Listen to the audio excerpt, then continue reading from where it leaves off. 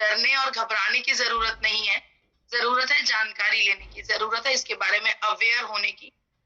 और जहां तक कैंसर की चर्चा की जाती है, कहा जाता है कि prevention is better than cure. जी हाँ, ये एक ऐसी समस्या है जिसे आप प्रिवेंशन के साथ बचा सकते हैं, अपने शरीर में पैदा होने से इसे रोक सकते हैं। कुछ ऐसे फैक्टर्स आज मैं आप सबके साथ साझे करने जा रही हूँ, जिन फैक्टर्स को ध्यान में रखते हुए अगर आप अपना जीवन यापन करते हैं तो आप इस बीमारी से काफी हद तक बच सकते हैं। देखिए, कैंसर की समस्या से इतना डरना और घबराना क्यों? क्योंकि इसका जो ट्रीटमेंट है, कीमोथेरेपी या फिर रेडियोथेरेपी, ये बहुत ही दर्दनाक ट्रीटमेंट्स होते हैं। इन ट्रीटमेंट्स में जो पेशेंट होता है उन्हें उन्हें बहुत ज्यादा दर्द का अनुभव करना पड़ता है। शायद इसीलिए इस बीमारी से बहुत ज्यादा घबराहट, बहुत ज्यादा डर मानव में बन चुका है। हम सब लोग जानते हैं कि कैंसर जैसी गंभीर समस्या से कोई भी बच नहीं सकता, चाहे वो कोई बड़ी हस्ती ही क्यों ना हो। जैसा कि हम सब लोग जानते हैं कि नरगिस दत्त, ऋषि कपूर जी और इरफान खान जी को अलग अलग प्रकार के कैंसर्स हुए और इन कैंसर्स ने इन्हें हम सब से अलग कर दिया। लेकिन इसका मतलब ये कतई नहीं है कि हर वो व्यक्ति जिसे कैंसर की समस्या होगी उसके नियर फ्यूचर में उसकी मृत्यु हो जाएगी, क्योंकि इसकी एक बड़ी मिसाल हम सबके सामने खड़ी की है इन नारी शक्तियों ने। मनीषा कोइराला, सोनाली बेंद्रे और लीजा रे ने कैंसर के साथ फाइट करके अपने जीवन को बड़ा किया है और कैंसर से बड़ा खुद को करके दिखाया है। आप सबको मैं कहना चाहती हूँ कि ये समस्या मात्र आपकी विल पावर की है। ये जो जंग है आपके और आपकी सोच शक्ति में, ये जंग है। अगर आप अपने ब्रेन को स्ट्रॉन्ग कर लेते हैं, अगर आप अपनी मेंटल स्टेट को स्ट्रॉन्ग कर लेते हैं तो आप इससे फाइट कर सकते हैं। ऐसा पॉसिबल है, नारी शक्ति ऐसा पॉसिबल करके दिखा चुकी है, तो हर एक व्यक्ति कर सकता है।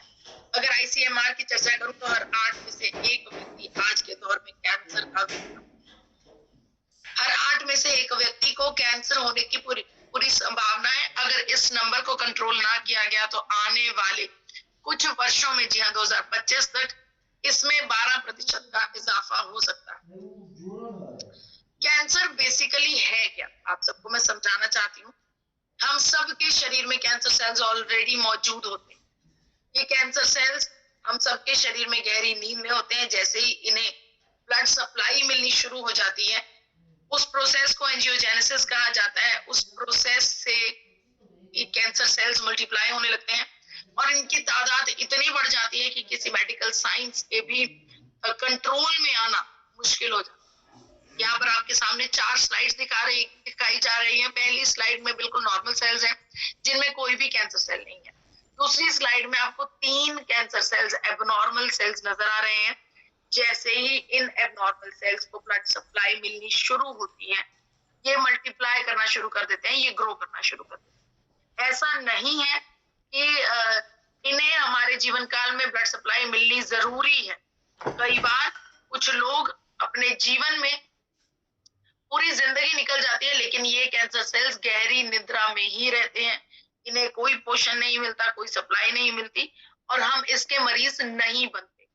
आइए आज मैं आपको बताना चाहती हूँ कि कौन कौन से ऐसे फैक्टर्स हैं जिन फैक्टर्स को अपने जीवन में सुधारने के बाद आप इस बड़ी गंभीर समस्या से बच सकते हैं, इससे प्रिवेंशन कर सकते हैं।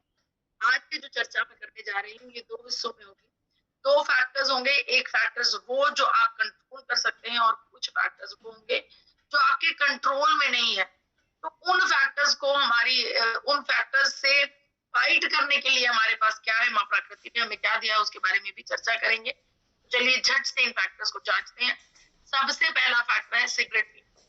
सिगरेट और तंबाकू का सेवन करना, मुझे बहुत हैरानी होती है कि इनके पैकेट्स के ऊपर 70% तक के हिस्से पर बहुत ही दर्दनाक फोटोग्राफ छापी जाती हैं, कैंसर की फोटोग्राफ छापी जाती हैं जहां पर मुंह के कैंसर होते हैं, अलग अलग प्रकार के कैंसर होते हैं और ये चेतावनी भी लिखी जाती है कि सिगरेट पीने से या फिर तंबाकू खाने से हमें कैंसर होने का खतरा है। लेकिन फिर भी लाखों करोड़ों लोग इसका सेवन करते हैं, इसका उपयोग करते हैं। हर गली में, हर नुक्कड़ पर, हर कोने पर इसकी एक छोटी सी दुकान आपको मिल जाएगी जिसके ऊपर ये मौत का नशा सरेआम बिक रहा है। देखिए, आपको बताना चाहती हूँ कि जो दूसरा फैक्टर है वो भी उतना ही खतरनाक है, और दूसरा फैक्टर है अल्कोहल का कंजम्पशन करना, शराब का सेवन करना। हम अपने जीवन में जब शराब का सेवन करते हैं तो सीधे तौर पर हम अपने शरीर में कैंसर सेल्स को उत्पन्न करने का, कैंसर सेल्स को पनपने का मौका देते हैं। मैं आपको साइंटिफिक भाषा से बताना चाहती हूँ कि जो अल्कोहल होती है इसे साइंस की भाषा में एथेनॉल कहा जाता है। एथेनॉल का जब हम सेवन करते हैं हमारे शरीर के अंदर जाता है, ये ब्रेक डाउन होता है और ये एक ऐसे टॉक्सिक केमिकल में तब्दील हो जाता है जिसे एसिटल्डिहाइड कहा जाता है।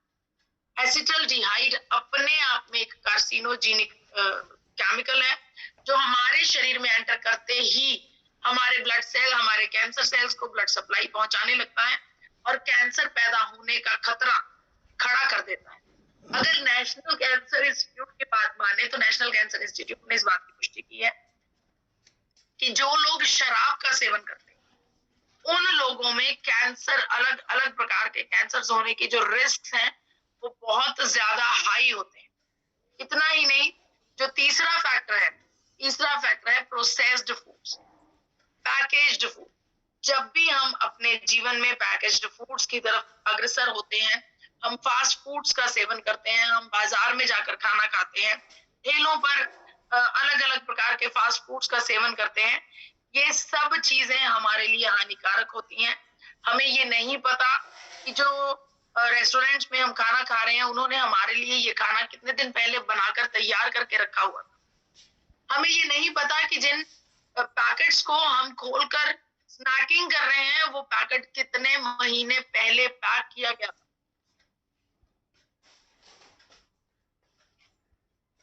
यहाँ पर ये बात समझने की जरूरत है कि हम अपने घर में बनी 2 दिन पुरानी सब्जी का सेवन नहीं करते तो फिर हम होटल्स में जाकर ना जाने उन्होंने हमारे लिए जो डिश हमने ऑर्डर की है उसकी तैयारी कितने दिन पहले करी है।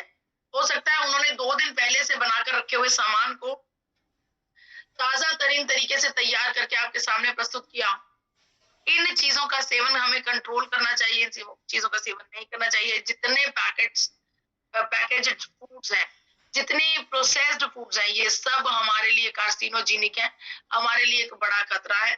अगर international agency for research of cancer की बात करूं तो अगर हम लाल मांस का सेवन करते हैं, रेड मीट का सेवन करते हैं, तब भी कैंसर होने का बड़ा खतरा हमारे शरीर में पैदा होता है। आप सबसे आग्रह किया जाता है कि प्लांट बेस्ड डाइट का सेवन कीजिए। माँ प्रकृति ने वाकई में बहुत खूबसूरत चीजें हम सबके लिए बनाई हैं, हम सबके लिए हमारे सामने प्रस्तुत किए हैं। तो इन खूबसूरत चीजों को, प्लांट बेस्ड डाइट का सेवन कीजिए, भोजन कीजिए, मांसाहार की तरफ अग्रसर ना होइए।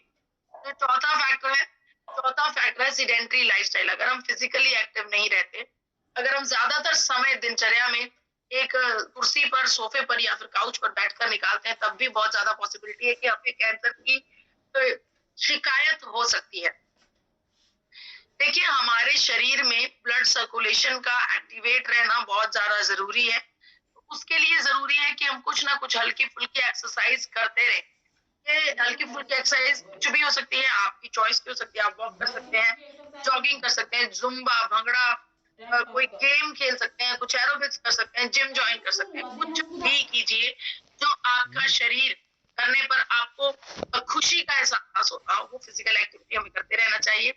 ऑन द होल अगर मैं आपसे बात करूं तो इन चारों चीजों को हम कंट्रोल कर सकते हैं। हम अपने खाने पीने की आदतों को कंट्रोल कर सकते हैं, हम सिगरेट और तंबाकू को छोड़ सकते हैं, शराब का सेवन छोड़ सकते हैं और हम फिजिकली एक्टिव भी हो सकते हैं। अगर इन 4 चीजों को आप कंट्रोल कर लेते हैं तो बहुत ज्यादा हद तक आपके शरीर में ये गंभीर समस्या पैदा होने के चांसेस कम हो जाएंगे। अब मैं बढ़ती हूँ उन कारणों की तरफ जो कारण हमारे कंट्रोल में नहीं। 5वां कारण है वायु प्रदूषण और अल्ट्रावायलेट रेज। ये हमारे कंट्रोल में नहीं है, ये हमारे आसपास होता जा रहा है और मैं तो ये कहूंगी कि हर आए दिन ये बढ़ता जा रहा है। तो इससे कंट्रोल करने के लिए, इससे बचने के लिए हमें किसी ऐसे तत्व की जरूरत है जो हमारे शरीर में होने वाले ऑक्सीडेशन को कंट्रोल कर सके। देखिए, आपको बताना चाहती हूँ कि वायु प्रदूषण से हमारे शरीर के अंदर ऑक्सीडेंट्स पैदा होते हैं। इन ऑक्सीडेंट्स को फ्री रेडिकल्स भी कहा जाता है और ये फ्री रेडिकल्स सीधे तौर पर कार्सिनोजेनिक होते हैं। कार्सिनोजेनिक मतलब कि वो तत्व जो हमारे शरीर में कैंसर पैदा करने की क्षमता रखते हैं। इन तत्वों से बचने के लिए, इन ऑक्सीडेशन के प्रोसेस से बचने के लिए जरूरी है कि हम रॉ फूड्स का सेवन करें, फल और सब्जियों का सेवन करें, कच्ची सब्जियों का सेवन करें। माँ प्रकृति की नायाब देन जो हमारे आसपास इतने अलग अलग रंग, रूप और स्वादों में हमारे पास उपलब्ध है, उन चीजों का सेवन करें। इसके अलावा जो छठा फैक्टर है वो है हमारे आसपास मौजूद वायरसेस। जी हाँ, ऐसे वायरसेस जिनके बारे में हमें ये भी नहीं पता कि वो कहाँ से पैदा हो रहे हैं। हमारे शरीर में उनको कंट्रोल करने के लिए क्या किया जा सकता है और उनको कंट्रोल करने के लिए कौन सी दवाएं या फिर कौन सी वैक्सीनेशन का उपयोग करना चाहिए। ये वायरस भी हमारे शरीर में कैंसर पैदा करने की संभावना रखते हैं।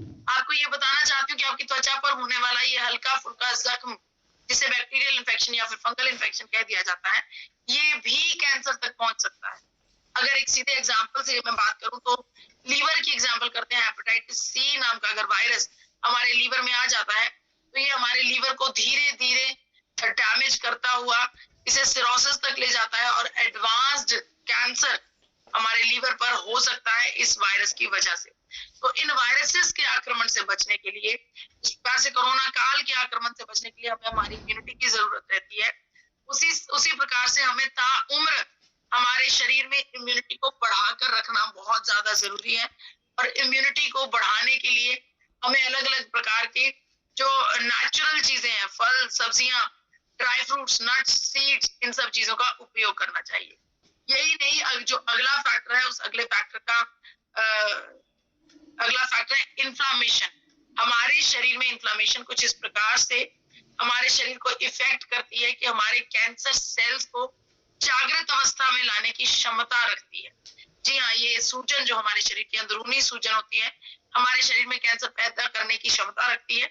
और इस सूजन से बचने के लिए हमें नेचुरल जो एंटीऑक्सीडेंट्स हैं, जैसे कि कच्ची हल्दी का उपयोग या फिर लहसुन या फिर अदरक का उपयोग हमें ज्यादातर करना चाहिए। जी, हमारे शरीर में ऑक्सीडेशन के प्रोसेस को डाउन करते हैं।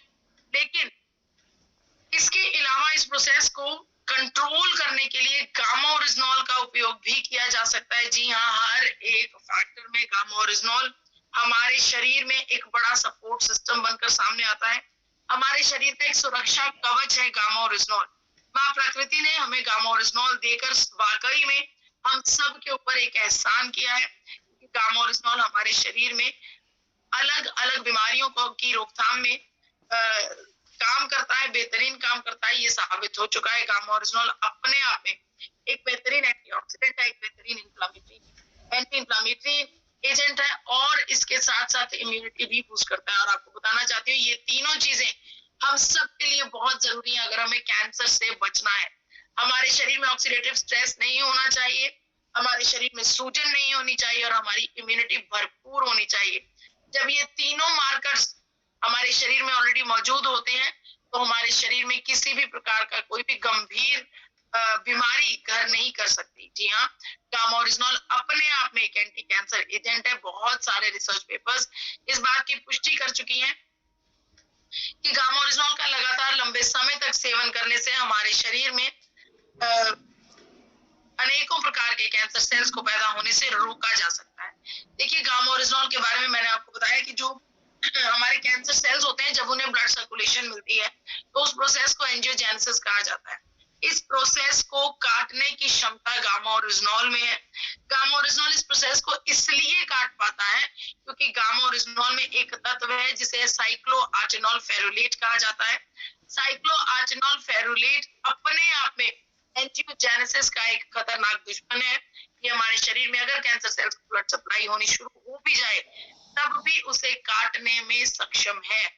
यही नहीं, कैंसर के बारे में चर्चा करते हुए डॉक्टर राहुल भार्गवा, जो कि भारत के टॉप मोस्ट कैंसर एक्सपर्ट है, उन्होंने अनेकों बार गामा ओरिजिनॉल को लेने की सलाह दी है। अनेकों बार हमसे ये कहा है कि गामा ओरिजिनॉल का लगातार लंबे समय तक सेवन करने से हमारे शरीर में अनेकों प्रकार के कैंसर सेल्स पैदा नहीं होते